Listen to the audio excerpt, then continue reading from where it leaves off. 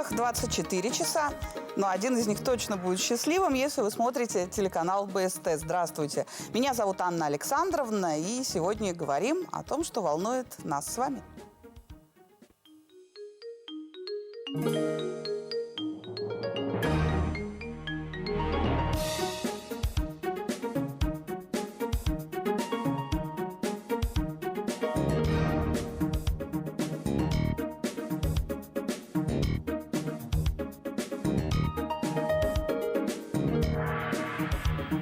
В преддверии 23 февраля в нашей студии, конечно же, мужчины. Все внимание сегодня будет им посвящено. И это не просто мужчины, а известные люди, которые добились в жизни больших успехов. С удовольствием представляю вам сегодня Николая Красникова. Это российский гонщик, выступающий в мотогонках на льду. Заслуженный мастер спорта России. А теперь внимание. 8-кратный чемпион мира в личном зачете. 12-кратный чемпион мира в командном зачете. Многократный чемпион и обладатель Кубка России. Здравствуйте. Здравствуйте. Николай, столько регалий. Я так понимаю, что мотоспорт – это ваше все. Но, насколько мне известно, по сообщениям от ваших знакомых, в детстве вы были большим шалуном.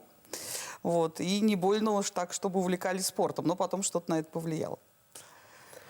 Ну, как большим и небольшим шалуном был, я рос обыкновенно на улице, как все росли дети в советское время. Мы получили нужное образование. Да, то есть вы считаете это правильно? Уличное, да, конечно, это такой отпечаток незабываемый детства. А потом уже в таком подростковом возрасте начал заниматься серьезно техническим видом спорта. Но перед этим прошел несколько секций, где мне не понравилось. А где вам не понравилось? Ну, я не скажу, что мне не понравилось, но это было не мое. Я занимался борьбой, ходил, куда меня еще родители отводили, в развивающие какие-то секции, это было не мое. Вот я запомнил борьбу, что позанимавшись, я понял, что это не мое. Когда под окнами спортивного зала гудели мотоциклы, то есть душа у меня рвалась туда, и долго терпеть не пришлось, я перешел в секцию мотоспорта, где я начал заниматься своим любимым делом, к чему и предназначен, где себя нашел.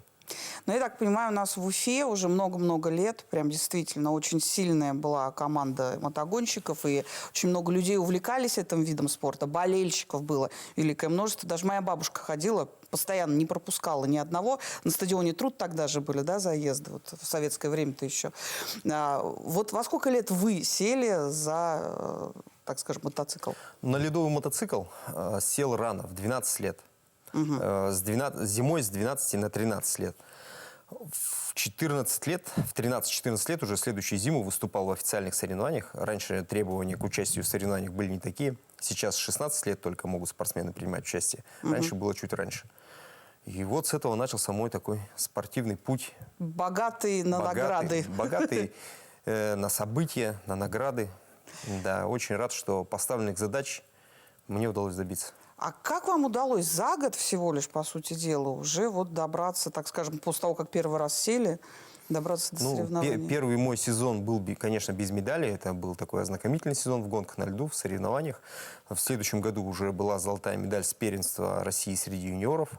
На следующий год сезон у меня был с одной серебряной медалью с чемпионата России, первенства России среди юниоров, с золотой медалью командного чемпионата России среди команд Суперлиги и серебряной медалью чемпионата Европы. Ну, ого, вы даже на Европу уже вышли всего лишь за 2 года. 17 лет, да, первый раз у меня была международная медаль. Как так получается? Это надо же тренироваться. Вы каждый день ходили, ездили на мотоцикле? Была возможность, да, в тот период вести полноценный тренировочный процесс.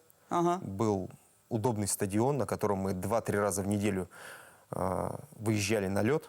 Это в мотогонках на льду большая редкость, и спортсмены даже сейчас ни одного клуба не имеет такой возможности проводить столько тренировок.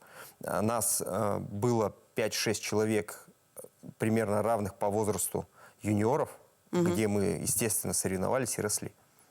Прогресс начался очень быстрый, и очень рад, что этот уровень, который удалось достичь первоначально, удалось еще и продержать на такой длинный период.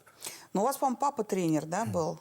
Папа никогда не занимался мотогонками на льду, но он был рядом со мной. это залог моего успеха. Папа во всех сложных спортивных ситуациях, а их было очень много за эти годы, он был всегда рядом. Он вник, бросил как бы свой привычный образ жизни и посвятил себя мне. И первый мотоцикл? Ну, конечно, да. Не было возможности мне заниматься в бесплатной секции, где бы была техника. Секции бесплатные были, но мотоциклы, которые там были, они не ездили. Наша задача была их ремонтировать. Ну, уже я родился в маленьком городе, это не секрет. И вот в процессе моего спортивного пути у меня была четкая цель. Я знал, что у меня будут открываться кружки, секции, школы. Мне удастся добиться того, чтобы дети, которые придут ко мне, были обеспечены мототехникой. И если у них будет такое желание, как у меня, они обязательно станут чемпионами. Ну, я так понимаю, что дети как раз и занимаются сейчас благодаря вашим усилиям. Очень много детей. Но мы об этом поговорим чуть позже. Мне вот больше интересно то, что мотогонки – это как-то в основном мужской спорт. Там женщин что-то я особо не замечала.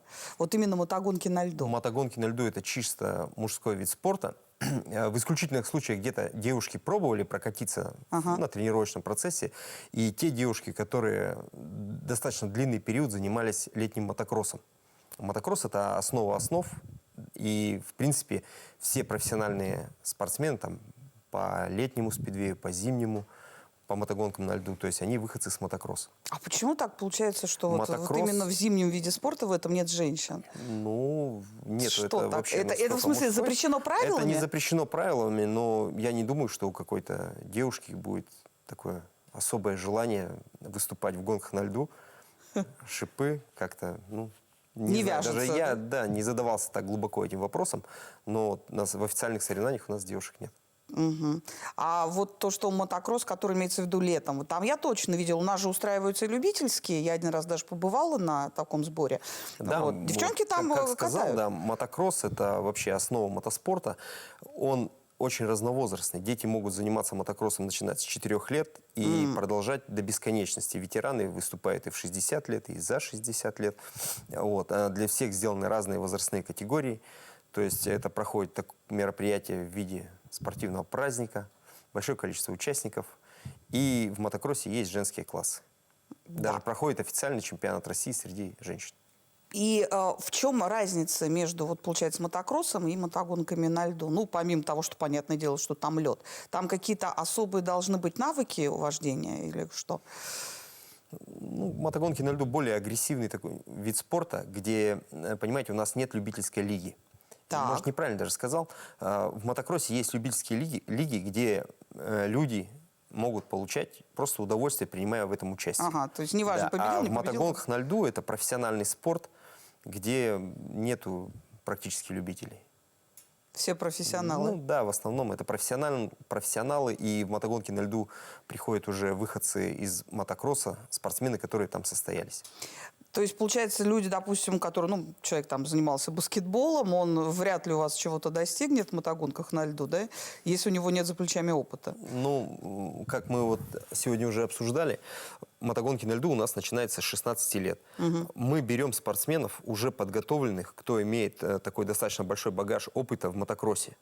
Они более легко обучаемые, более приспособленные, и большая вероятность того, что они покажут хороший результат. Если человек не имеет отношения к мототехнике и приходит вот сейчас однажды садиться, просто тоже услышал звук мотора. Да, приходит и хочет заняться мотогонками на льду, но это мало перспективно для него. Ну, для себя просто покататься, да? А вот уже на и соревнованиях... такой возможности нет. Ах Понимаете, ты. это достаточно накладно будет выпустить человека просто покататься на лед. Потому что здесь уже, как сказал, мы берем подготовленных спортсменов. Когда они достигают возраста 16 лет, мы их вывозим на учебно-тренировочные сборы. И То есть уже просто вот так начинается... никого не пустят? Просто так покатушек на льду не существует. Обалдеть. То есть даже если у вас есть дикое желание, надо начинать во сколько? Ну, чтобы желательно прийти. пораньше, да, желательно пораньше. Вот хочу отметить детей, которых привели нам в 5-6 лет, в 4 годика было. Эти спортсмены, как правило, легко обучаемые, если у них есть желание и продолжать, у них правильно формируется мышечная память. В дальнейшем они очень быстро развиваются. Трудно уже сложнее, взяв ребенка там в 12-13 лет, его чему-то научить. Уже спорт очень сильно помолодел, весь спорт помолодел, и такого подростка 13 лет уже научить будет гораздо сложнее. Немножко деревянненький проще, да, начать заниматься с мальчиком, который умеет умываться, знает, что у него дома есть игрушки, и вот посадить на мотоцикл. Это вообще безопасно? Нет, я понимаю, что любой вид спорта... Вот о чем мы разговариваем. Мотокросс, в мотокроссе есть техника, предназначенная для детей. У них проходят официальные соревнования, где спортсмены одного возраста соревнуются. Есть требования к трассам. Ну, безопасно, даже жить небезопасно. Что об этом говорить? Ну, профессиональный спорт всегда сопряжен с опасностью, понятное дело. Но здесь как бы при соблюдении... Я просто сейчас хочу обратиться к родителям, которые, возможно, сейчас заинтересуются и подумают, куда отдать своего ребенка, который, допустим, гиперактивный. Вот. Там, кстати, как раз вся вот эта гиперактивность должна будет и... Направлена в нужное русло. И раз вы заговорили про родителей, пользуясь случаем, хочу предостеречь от покупки дорожных детских мотоциклов, мопедов.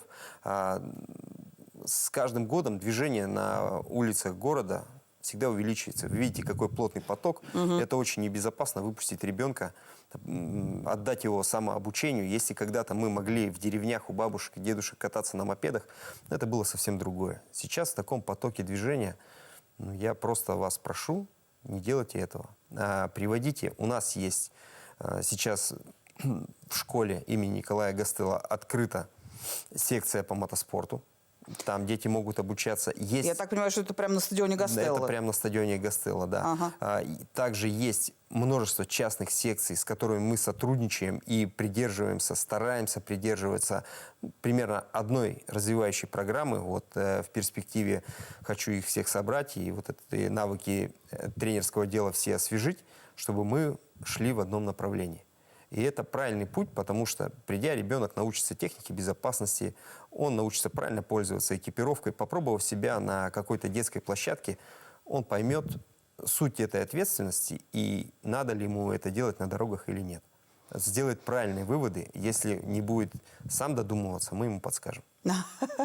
Подскажем, да. Есть методы. Хорошо сказали. А вы сами, кстати говоря, у вас есть вот мотоцикл, чтобы по городу передвигаться? Нету. Вот я отношусь к мотоциклистам в городе, я их не осуждаю, но мое личное отношение, вот если вы, например, садитесь в общественный транспорт, и туда зайдет боксер в перчатках, например, ну не снимет, в перчатках зайдет, или биатлонист с винтовкой зайдет, понимаете? То есть у вас возникнет мысль, что у них есть какие-то отклонения. И вот когда я вижу людей, особенно неподготовленных, неадекватно управляющих транспортным средством на дорогах общего пользования, у меня складывается такое же впечатление. Ну, то есть я понимаю, что вы и правила дорожного движения соблюдаете, да, судя по вышесказанному? На автомобиле у меня очень спокойный стиль езды, достаточно спокойный. То есть если кто-то торопится, перестраивается, пожалуйста, проезжайте. Я никуда не опоздал. То есть, культура вождения. Ну и совсем другое дело уже, когда вы выходите на стадион. Да, абсолютно, потому что свою силу духа, настойчивость, желание к победе мне было где доказать. Это не какой-то из проспектов нашего города или не федеральная трасса. Смотрите, как я гоняю. У-у-у. Ну да. Вот это правильный подход. Настоящий подход настоящего мужчины. Друзья, мы вернемся в студию через несколько минут. Не переключайтесь.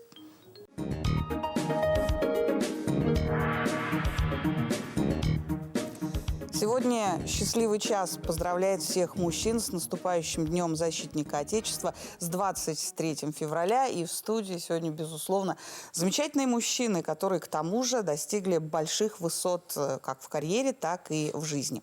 Мы продолжаем наш разговор, и к нему присоединяется мастер спорта по боевому самбо, чемпион Кубка России, бронзовый призер Кубка мира, старший тренер города Уфы по боевому самбо Ильнур Ахметвалеев. Здравствуйте, Ильнур. Здравствуйте. Вот тут как раз речь у нас велась о том, что Николай попробовал себя в борьбе в детстве. Ему не понравилось, он ушел в мотогонки. А я так понимаю, вам понравилось. Мне очень понравилось, да. Во сколько лет вы начали заниматься самбо? Я начал заниматься в 3 классе, но я начинал с дзюдо.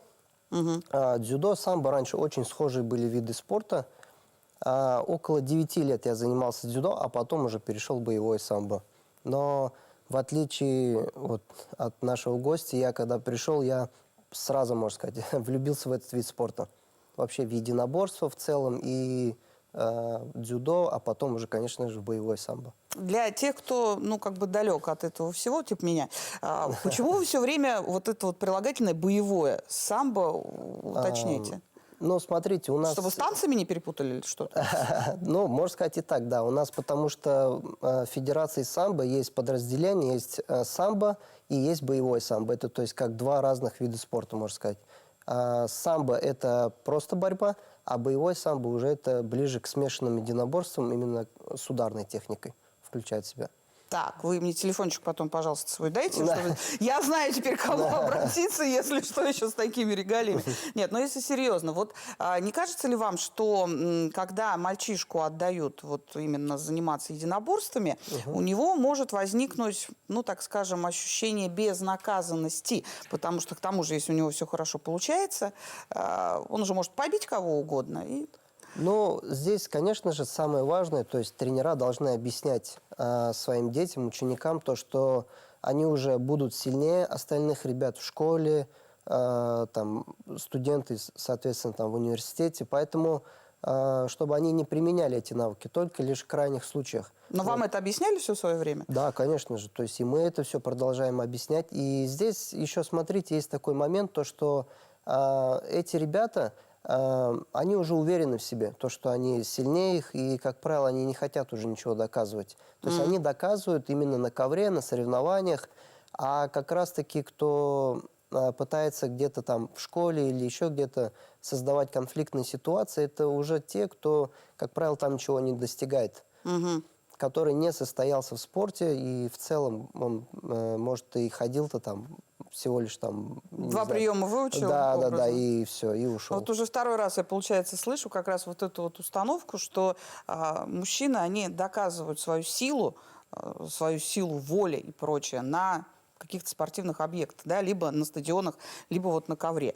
В чем отличие самбо именно от других видов единоборств? Ну, все единоборства у нас отличаются уж, естественно, смотря с чем сравнивать. Давайте сравнивать будем мы с кикбоксингом. Ну, кикбоксинг – это только ударная техника. То есть удары руками, ногами, у нас больше борьба. То есть броски, болевые, удушающие приемы. Ну, в спортивном самбо нету, в боевом самбо есть удушающие приемы. Вот. Боевое самбо, вот, оно чем хорошо, то есть оно включает в себя все виды единоборств. То есть начиная тот же и кикбоксинг, и бокс, и дзюдо, ну и все остальные. А кто сильнее? Вот раньше же был такой, там, кто сильнее? Жан-Клод Ван Дам, например, или там Сталлоне? Здесь зависит от уровня подготовленности. То есть такого нету, что вот я позанимался боевым самбо, и я буду сильнее, там, допустим... Того, кто занимается дзюдо, например. Да. Ну, например, ты занимался полгода, а он занимался там 20 лет, к примеру. То есть, скорее всего, вряд ли ты его там победишь. Вот. Но если брать примерно одинакового уровня, и опять-таки смотря какая будет схватка, по правилам чего. То есть если просто как уличная какая-то, то, скорее всего, естественно, боевой самбист, он выиграет. Потому что это такой, наверное, самый прикладной вид спорта. Сейчас его в нормы ГТО тоже внесли там. Ого! Вот это неожиданность, не знаю. А вас когда-нибудь внесут в нормы ГТО мотогонки на льду? Хотя бы просто мотогонки? В нормы ГТО не внесут, но технические виды спорта военно-прикладные. И то, чему мы обучаем наших детей, это в жизни им очень пригодится. Путь мотоспортсмена – это такая развивающая программа, которая пригодится. И вот тоже хочу добавить, на самом деле, вот я сказал, что да, я пришел в греко-римскую борьбу, и я себя там не нашел. Меня манил звук двигателей внизу. Но когда 2 раза стал чемпионом мира, я почувствовал внутреннее истощение, нехватку чего-то, и на протяжении долгого времени занимался боксом, который мне помог выработать тактику обгонов, улучшил мою физическую подготовку. Это была моя внутренняя уверенность, и мой стержень формировался в тот момент, когда он не должен был сломаться, формировался благодаря боксу. Обалдеть. Как Вот, все связано. Вот видите, как помогает единоборство даже в других видах спорта. Ну да, вот так вот позанимался боксом и перешло на как обгоны делать. Ну, в принципе, нет, в голове-то я могу представить каким-то образом. Даже можете представить, у нас на мотоцикле для гонок на льду всего лишь одна подножка под правую ногу. То есть, если боксер не левша, то тактика борьбы в мотогонках и боксе очень похожая. То есть, перенос веса, мотоцикл мы управляем, это кажется, что руками. Профессиональный спортсмен управляет мотоциклом для гонок на льду практически правой ногой. Ну, вес тела спортсмена давится в эту подножку. Коленом мы додавливаем в двигатель, чтобы мотоцикл жестче лежал ко льду. То есть, и вот было очень похоже, полезно заниматься мне вот этим видом спорта. Слава богу, у меня техническое образование, хоть реально представить себе сейчас могла все, что сказали. Девчонки не все поймут, да? Но нет, на самом деле можно представить. Я, знаете, какой вопрос хотела еще задать? Вот есть же, наверное, люди, которые... Ну, я уже поняла, что в мотогонке на льду человек взрослый, ну, или хотя бы уже там после 16 лет, он вряд ли попадет. А к вам во сколько лучше отдавать? Вот, или вообще приходить заниматься? Ну, все по-разному. Сейчас детей стараются привести очень рано. Я бы, конечно, не советовал слишком рано приводить. Нет, я сейчас даже не сколько о детях, я о взрослых. Вот решил человек заняться самбо. Ну, мало ли, может, там у него сосед агрессивный, да, или еще что-то. И, наконец, мужик решил, что так, чего это я тут хожу словом убеждаю, надо уметь постоять за себя. Вот. Может прийти человек, может что-то достичь? Конечно, конечно. То есть занятия для себя, в принципе, в любом возрасте. Можно подойти, позаниматься. Здесь уже как бы, естественно, он же будет понимать, что там в 40 лет, если он придет, он вряд ли уже станет там профессиональным спортсменом. Какие-то навыки он получит, и у него будет уверенность именно вот в этих конфликтных ситуациях. То есть даже ему, может, и не придется эти навыки применять, но... Внутренняя какая-то составляющая. Стержень вот этот, и тот человек, который агрессирует, он это почувствует. И вот эту уверенность, и, ну, уже не будет доводить, то есть, до каких-то острых ситуаций. Мне кажется, с вами вообще с любым из вас. Вы же чемпионы мира в том числе. То есть, как бы, в конфликтные ситуации, наверное, никто не лезет. Это я так чисто по-женски сейчас спрашиваю, не касаясь спорта. Это что сейчас было? Нет, меня, слава богу, все обходит стороной. А вас, Николай? Тоже обходит. Обходит. Или, скорее всего, умалчивают что-то. Да нет, не умалчиваю, нет. Может, где-то какие-то бывают, но, опять-таки, я говорю, вот эта уверенность в себе, люди ее чувствуют. Да, на энергетическом уровне даже лучше, там типа... Стоп, не приближайся. А в свободное время вообще чем вот вы занимаетесь, если вы не посвящаете себя спорту, там, занятия там, каким-то с детьми, тренировкам и прочим? Чем занимается настоящий мужчина? Ну, если брать отпуск, к примеру, то вообще там путешествовать люблю. Если брать просто выходные, то, например, зимой катаюсь там на сноуборде. Но у меня все равно все как-то со спортом связано. Со спортом получается. Да. А у вас, Николай? Точно так же. Катаюсь только на горных лыжах. Летом катаюсь на вейкборде, на монолыжи. Нравится прыгать с парашютом. Давно, правда, нет возможности. Вот. В мотоспорте разными занимался. И гонками на снегоходах, сноубайком, мотокроссом, с гонками на льду закончил окончательно, потому что это профессиональный вид спорта, которым для себя не занимаются. Пришел, победил, закончил, да. А другие виды спорта, они немножечко такие, можно заниматься для себя. То есть вся жизнь кипит также в спорте, в такой спортивной работе, и это очень нравится, приносит огромное удовлетворение. А нет желания вот так вот тупо взять дня на 3, завалиться на диван, в конце концов, пачечка чипсов, чай. Я не знаю, телевизор, книжка, вот что-то. Почему такие активные? Неужели не хочется вот какой-то вот, ну, тюленевого отдыха, подзарядки? Надолго не хватает. Да? День максимум. Скучно? День. День все-таки получается. День, полдня где-то вот можно так просто от того, что фраза такая, батарейки сели, хочется подзарядить, полежать, но надолго не хватает. Да, у меня аналогично, кстати, тоже. День, ну, максимум 2, там, второй день, полдня, там, все, то есть уже батарейки подзарядили, вот, и так скажем, дальше. А близкое окружение, вот ваши семьи, ваши друзья, они не обижаются случайно на то, что вы, ну, действительно у вас очень много работы, да, сейчас? То есть как бы и здесь, и там вы помогаете, то есть как бы с детьми там занимаетесь. На то, что, может быть, не хватает времени на них. Вот просто как по-женски вопрос такой к людям, которые достаточно заняты. Обижаться не мужское дело. Нет, нет, вот ваше окружение не обижается, не Ну, вы. вот им это и адресуем. Это им было сказано. Да, обижаться не мужское дело. Ну, мужчины должны работать. То есть, я думаю, человек постоянно развивается, он всегда будет интересен, нежели там он только лишь уделяет внимание там своим друзьям, близким. Вот. Тем более здесь же преследуется благая цель, так скажем. Вот мы, да, там постоянно уезжаем на соревнования, на сборы, но мы помогаем ребятам развиваться. То есть, вот это наше будущее поколение, наши дети потом будут с ними же общаться. То есть помогаем им развиваться. И логичный вопрос, я к чему вообще клонил, просто решил не сразу спросить. Вы во сколько лет на пенсию собираетесь? Ну так, для себя прикидывали что-нибудь? Не собираетесь? Не собираемся, мы в работе закончим. Полете. Да, Последнего дня, да. есть желание чему-то научить, что-то передать, что-то создать, ну, хочется активно пожить и поработать. Оставив не только то, что победы мы сделали для себя. Мы побеждали для себя, и никто меня в обратном не переубедит. Но то, что мы сейчас делаем, это мы делаем для народа, для воспитания нашей молодежи. И это не будет нас, а это будет жить. Ну, тут я думаю, что без комментариев прекрасно все услышали. Давайте вернемся в студию через пару минут. Не переключайтесь.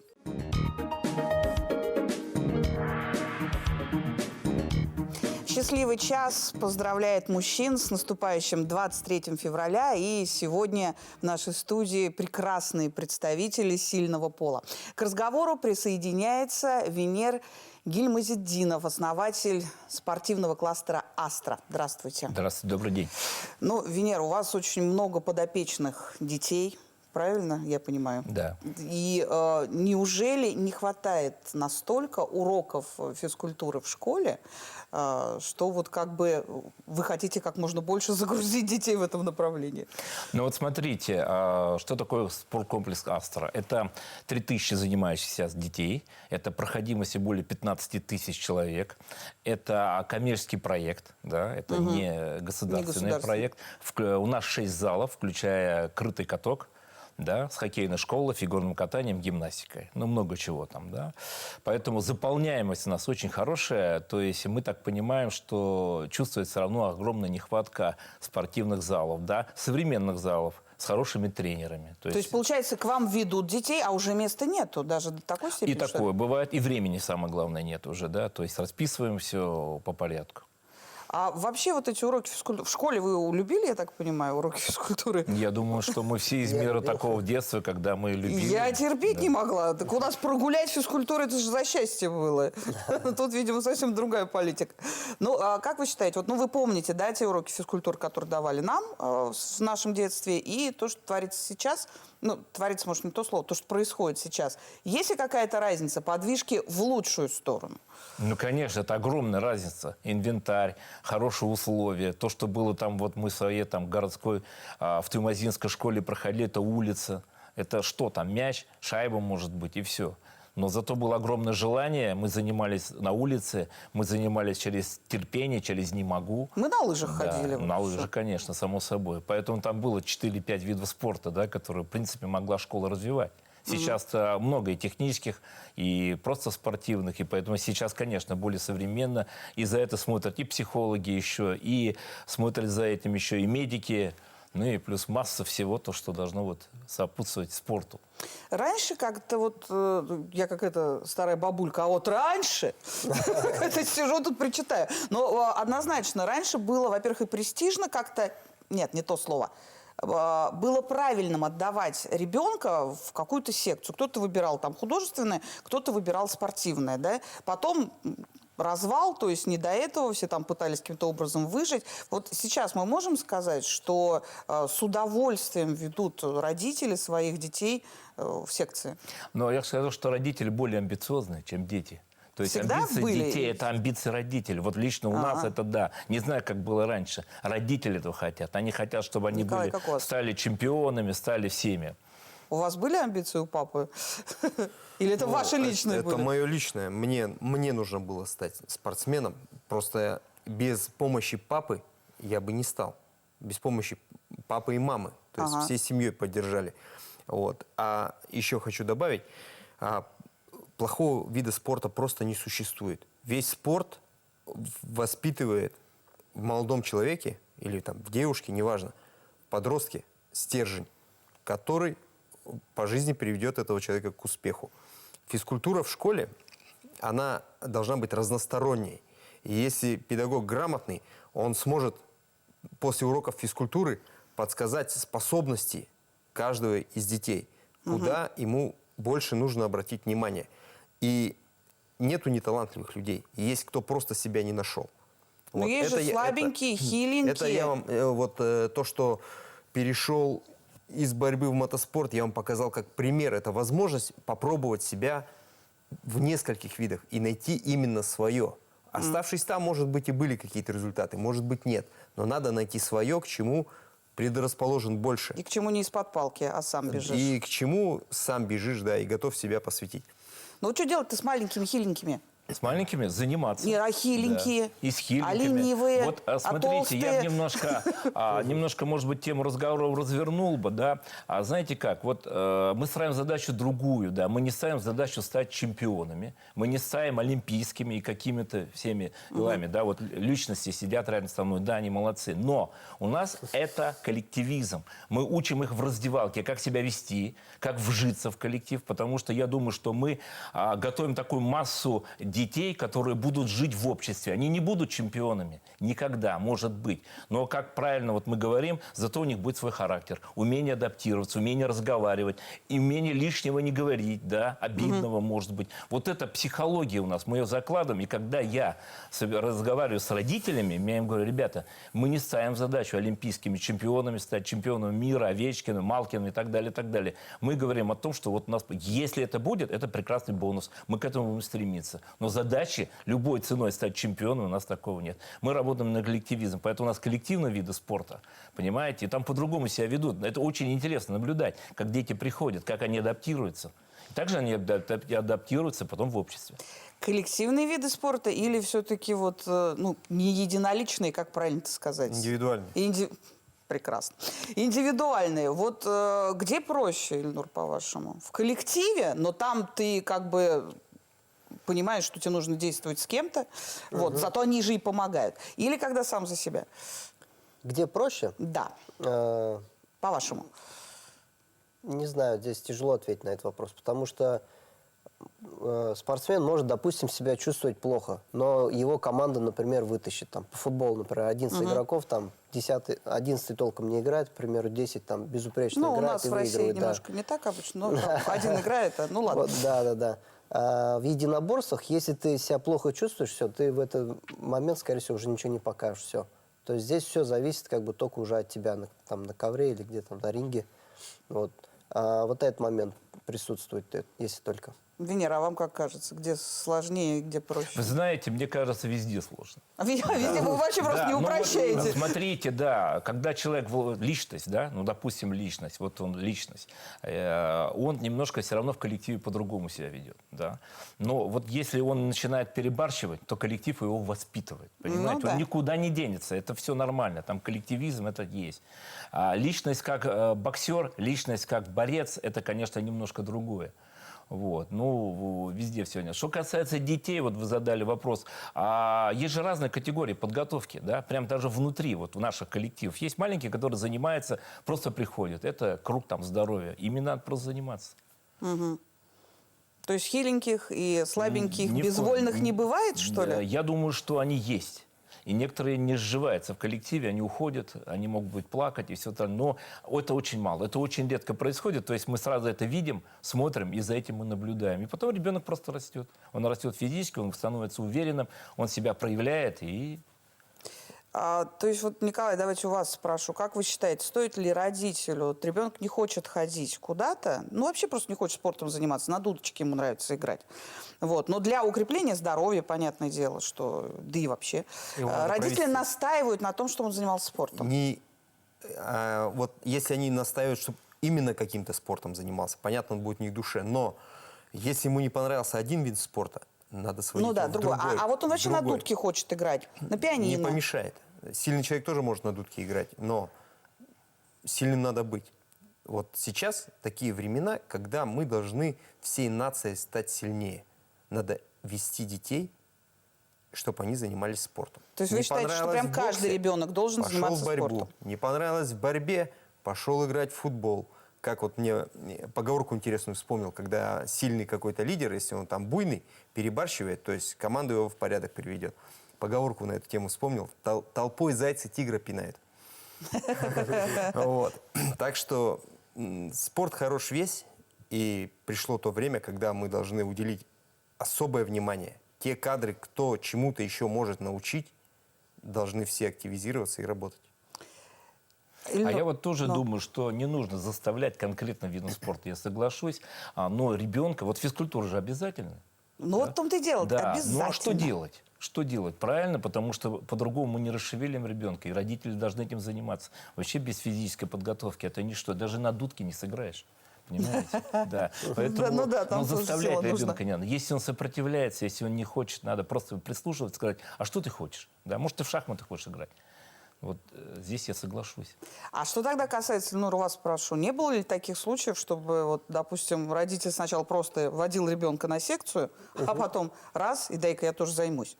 Бывало? Очень много таких. А прям даже очень много? Да, то есть у меня вот сейчас есть, я тренирую детские, взрослые группы. Есть вот родители, которые приводят детей, а после этого у меня уже следует взрослая группа. И они отвозят детей домой и сами приходят еще во взрослую группу. Очень много, кстати, таких. Ну, по-моему, это как раз самый лучший пример, когда, во-первых, спортом занимаются родители, да, ну, по крайней мере, ведут активный образ жизни. Конечно. Потому что если ребенок, извините меня, там ходит на спорт, но при этом он видит, что папа по вечерам сидит у телевизора и пьет то, что мы говорили, с сухариками, вот, ну, не будет такого, наверное, желания у ребенка заняться. Да, нужно показывать личным примером. Ну, или хотя бы, если есть какие-то большие регалии, то есть ребенок все равно будет понимать, что, ну, неспроста отец все это говорит. И вот сейчас пошла такая тенденция, вот я разговор предыдущий вот тоже слушал, по родителям. Сейчас родители занимаются, они не спортсмены, они приходят, вот занимают зал, я обратил внимание, большие дяденьки, может быть, не самой большой такой или нормальной комплектации, они занимаются единоборством. То есть вот похоже, что общество востребовано это, да, время, может, востребовано. Они занимаются, они отрабатывают самозащиту, они отрабатывают систему, там, ну, как защитить себя на улице. Вот это тоже тенденция есть. То есть занимаются все поколения, спорту все. Возрасты. У нас сейчас, слава богу, в республике еще к тому же очень много объектов строится. Да? Ощущаете ли вот ли вы сами конкретно то, что в нашей республике спорт вот идет наверх? На своих, может быть, личных примерах каких-то там и так далее. Или все-таки еще нужна поддержка государства? Поддержка все-таки нужна всегда. Да? Пока недостаточно. Мы в республике в плане спортивных объектов развиваемся очень большими темпами. Да. Внимание спорту уделяется колоссальное. Как и от правительства, от Министерства спорта и от нас, руководителей на местах. Мы, люди в сфере спорта, в данный период времени приложим максимум усилий, чтобы сделать наше население спортивным. А что делать уже со взрослыми? Со взрослыми? Вот сейчас обсуждали, такое в практике у меня тоже было, когда приводят заниматься ребенка, и начинают заниматься и родители. На мотоцикле. Вот приводят ребенка в мотокросс, начинает сами кататься. Покупает себе личную технику, выезжает на соревнования. Это уже такие, у них превращается в семейные традиции. Но это вот если Это, родители с да. детьми. А если вот, допустим, просто, вот мы имеем в виду взрослые, ну, я не знаю, там 20 плюс, 25 плюс люди, их как привлекать к спорту? А вот смотрите, вот, например, вот на опыте на нашем, да, существует очень много лиг футбольных, да, там их просто много, где они просто могут спокойно играть. Хоккейных лиг, да, ночная хоккейная лига, там, любительская хоккейная лига, они все по возрастам, не обязательно там спортшкольники. То есть человек, который хочет найти себя и просто научиться играть, вообще с этим проблем нет. Это только нужно желание. Везде, во всех вот залах существует целая система клубов, в которые можно просто влиться и играть. Люди просто создают из дома, из микрорайона, собираются там. Ну, волейбол, мячик покидать, по идее, конечно, тоже, и тоже, да, баскетбол, ничего не все проблема. это есть, и все зависит от тебя. Так что, друзья мои, главное, чтобы было оно желание, это самое. А тут вот смотрите, насколько разные представлены виды спорта, и достигая в них успехов, потом человек вообще становится успешным и в жизни. Я же правильно сейчас все сказала? Абсолютно. У меня такой вот вопрос по поводу воспитания именно ребенка, как из него вырастить мужчину. Потому что сейчас есть... Ну, как опять это же, так скажем, расхожее мнение, но тем не менее оно есть, что мужчины, особенно молодые парни, они стали более инфантильные. То есть они как-то больше погрузились в этот компьютерные миры там, и так далее и тому подобное. И, ну, защитники из них, так скажем, достаточно слабенькие. Вот. То есть если ты не прокачиваешь, естественно, все это. Вот как их заинтересовать, как выдернуть из компьютерного мира в мир спорта? Вот, возможно, даже где, естественно, там через боль чего-то придется достигать. Ну. На мой взгляд, вообще, если в семье родился мальчик, надо понимать, что он родился мальчик, и подумать, повести его в секции. Обязательно повести в секции спорта. В подростковом периоде, может, кто-то это и осудит, но его надо не дать ему косы отращивать. Понимаете, да? То есть мужик должен быть мужиком. Научить его работать, чтобы он обязательно своими руками мог что-то делать. Кстати, а у вас умеют вот ребята собирать эти мотоциклы, разбирать? Это одно из важнейших задач. Вот чемпионы, которые выросли уже даже в моем поколении, то есть мои воспитанники, они очень рукастые люди. И эти чемпионы – это украшение моего труда. Потому что за этими чемпионами еще стоит ряд молодежи, которых не показывают по телевизору, которые не завоевали золотых медалей, но они многому научились, и они работают сейчас в нашем городе на крупных предприятиях. Они умеют что-то делать своими руками. Понимаете? Я их встречаю, они приходят к нам в гости на соревнования, на них приятно смотреть. Они выросли мужиками. Угу. Вот этот вклад, я считаю, что для меня это моя личная победа. То, что удалось помимо чемпионов еще вырастить такое поколение полезных нашей стране людей.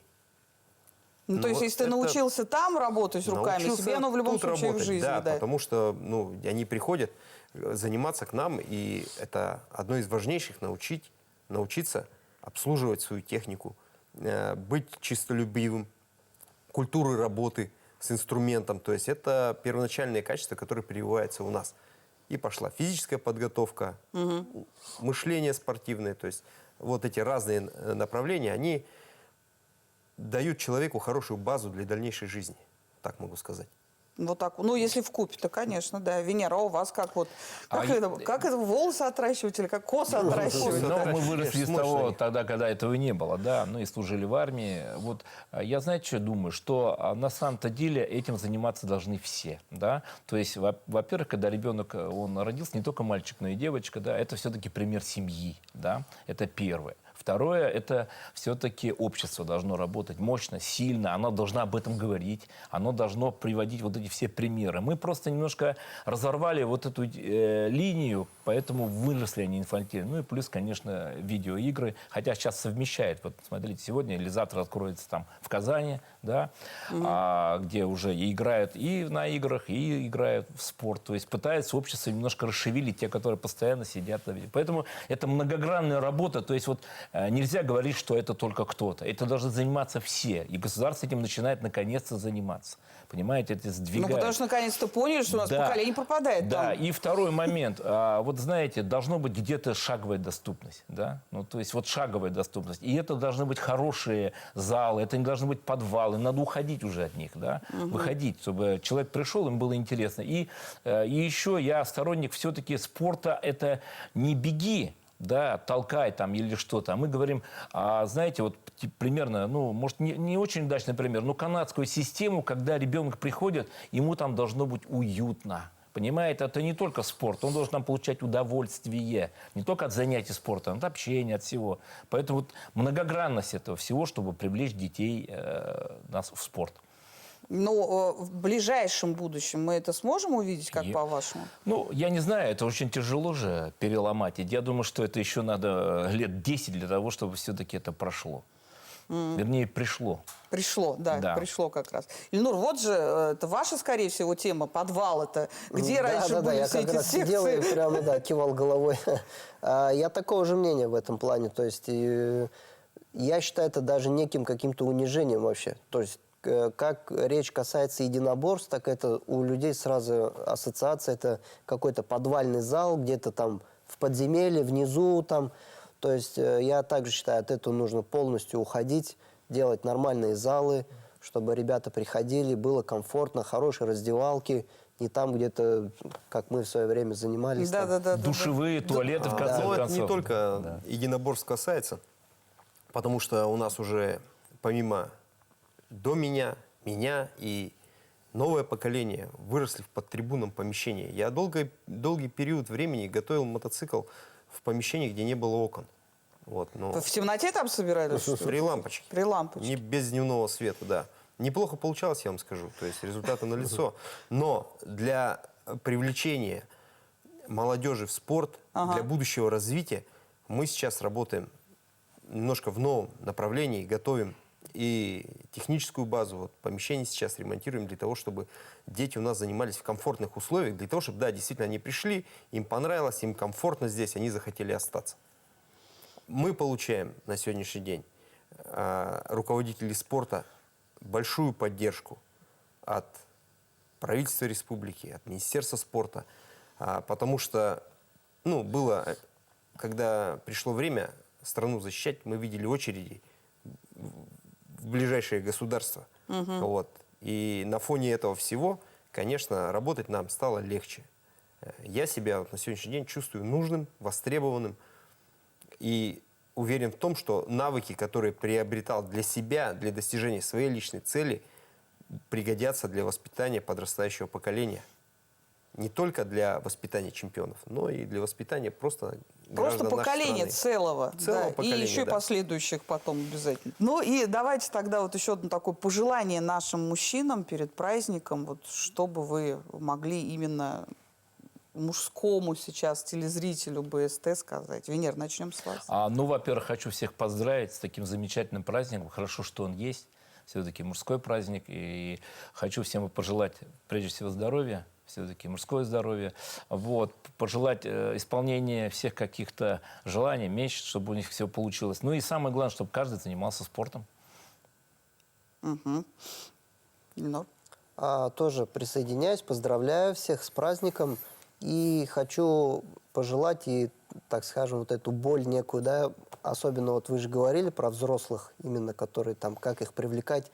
А у всех одна такая проблема, то, что они боятся, то, что когда они придут заниматься, то, что их там сразу же там побьют или еще что-то в сделают. углу запинают там, я не знаю. То есть все адекватно. Естественно, начинающие группы там по уровню подготовки, то есть такие же ребята, там возраста примерно одинаковые. Поэтому, чтобы не стеснялись, приходили заниматься и укрепляли себя, свое здоровье. Здесь самое главное без стеснения. Идите за своим желанием. Николай. А я присоединяюсь ко всему хорошо сказанному, поддерживаю, поздравляю всех мужчин с праздником. Спасибо вам большое за то, что вы уделили время, смогли найти, вернее, в своем графике время и для счастливого часа. Будем ждать вас в гости еще. Поздравляю с наступающим праздником. Крепкого здоровья, счастья и как можно больше из того, что вы сегодня озвучили, чтобы вам хотелось, обязательно сбылось. Ну а мы с вами, друзья, встретимся ровно через неделю. Всего доброго, берегите себя.